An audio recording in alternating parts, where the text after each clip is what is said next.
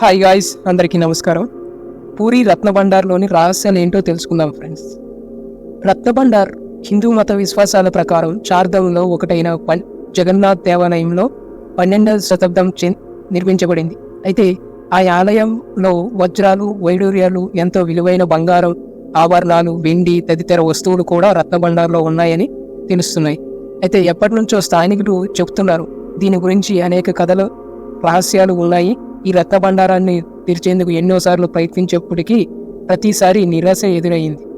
ఎందుకంటే దీనికి నాగబంధం ఉంది అని అంటున్నారు. అందుకే దీన్ని ఎవరు తెరవలేకపోతున్నారని చాలామంది చెబుతున్నారు. 1978 సంవత్సరంలో రత్నభండారం తెరిచి సంపద లెక్కించడం 40-70 రోజులు పట్టిందంట. అయినా కూడా అది ఎంత ఉందనేది లెక్క తేల్చలేకపోయారు. పూర్వకాలంలో ప్రతి 3 సంవత్సరాలకు ఒకసారి లేదా 5 ఏళ్లకు ఒకసారి ఈ గది తలుపులు తెరిచి వీటిని లెక్కించేవారట. చివరగా తెరిచినప్పుడు కొన్నిటిని వదిలేయడంతో లెక్కల్లో గందరగోళం నెలకొంది. అందుకే దీని గురించి నిజాలు తెలియనని కొందరు వ్యక్తులు హైకోర్టులో కేసు వేయడం జరిగింది. రత్నభండారం తెరిచి సంపద లెక్కించాలని ఆదేశించారు. ఈ నేపథ్యంలో పూరి జగన్నాథుని రత్నభండారం తెరిచేందుకు ఈ సందర్భంగా రత్నభండారం అంటే ఏమిటి, 46 ఏళ్లకు ముందు తెరిచిన ఈ గది తలుపులు మళ్ళీ ఇప్పుడు ఎందుకు తెరిచారు, దీని వెనక ఉన్న ఆసక్తికరమైన విషయాల గురించి ఇప్పుడు మనం తెలుసుకుందాం. పూరి జగన్నాథుని ఆలయంలో ముక్కోటి దేవతలు జగన్నాథ, బలభద్ర, సుభద్రల ఆభరణాలు ఈ రత్నభండారంలో భద్రపరిచారని స్థానికులు చెబుతున్నారు.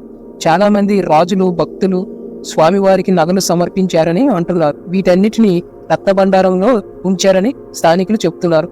ఇందులో ఉన్న ఆభరణాల విలువ కట్టలేమని ఈ విధంగా ఉన్నాయని చెబుతున్నారు. వీటిని ఇప్పటి వరకు పూర్తిగా లెక్కించలేదని స్థానికులు మరియు అక్కడ ఉండే వాళ్ళందరూ చెబుతున్నారు.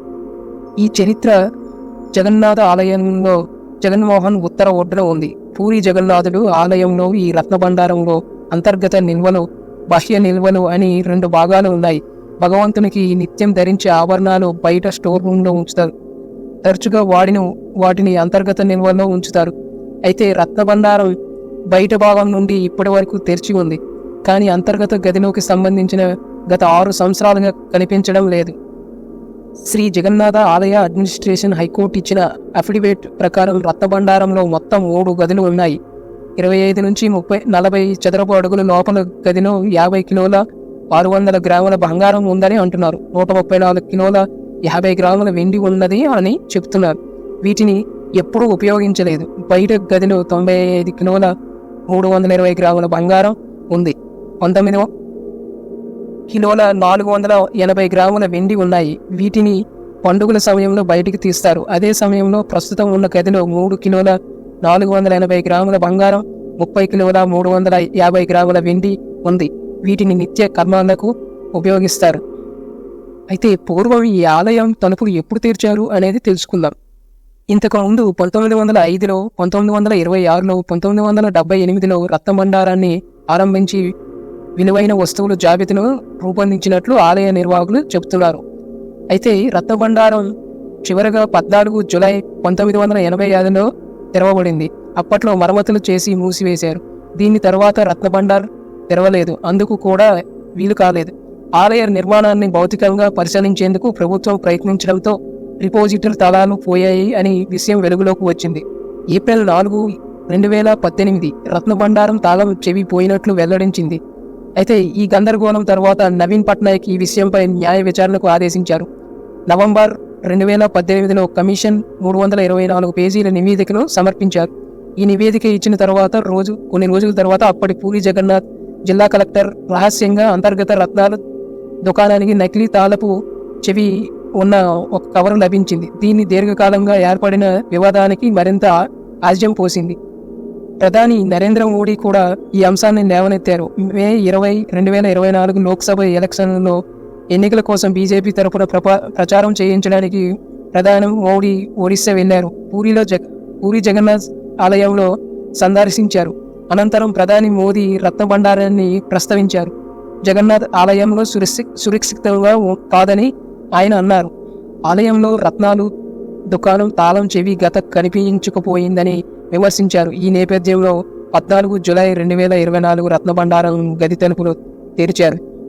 అంటే ఇప్పుడు ఎందుకు తెరిచారో అందరూ ఆశ్చర్యంగా ఉన్నారు. 1978 నుంచి ఇప్పటి వరకు ఆలయాన్ని ఎంత ఆస్తి వచ్చిందన్నదాన్ని వివరాలు లేవు. 12వ శతాబ్దంలో నిర్మించిన జగన్నాథ్ దేవాలయం చార్ధాంలో ఒకటి. ఇటీవల జగన్నాథ్ రథోత్సవం సందర్భంగా అసెంబ్లీ లోక్సభ ఎన్నికల్లో రత్నభండారాన్ని తెరవడం పెద్ద చర్చనీయాంశం మొదలైంది. ఒడిశాలో ప్రభుత్వాన్ని ఏర్పాటు చేస్తే ఖజానా తెరిపిస్తామని బీజేపీ హామీ ఇచ్చింది. గతంలో 2011లో తిరువనంతపురం పద్మనాభ స్వామి ఆలయం ఖజానాను తెరిచి సంగతి అందరికీ తెలిసిందే. అప్పుడు 1.32 లక్షల కోట్ల విలువైన నిధి దొరికింది. కొత్త కమిటీ ఆధ్వర్యంలో పూరిలోని జగన్నాథ్ ఆలయంలో రత్నభండారాన్ని పునఃప్రారంభించే ప్రక్రియను పర్యవేక్షించేందుకు దానిలో ఉంచిన విలువైన వస్తువుల జాబితాలను సిద్ధం చేయడానికి ఒడిశా ప్రభుత్వం కొత్త ఉన్నత స్థాయి కమిటీ ఏర్పాటు చేసింది. ఒడిశా హైకోర్టు సూచనల మేరకు ఓ కమిటీ ఏర్పాటు చేసినట్లు ఒడిశా న్యాయశాఖ మంత్రి పృథ్వీరాజన్ హరిచందన్ తెలిపారు.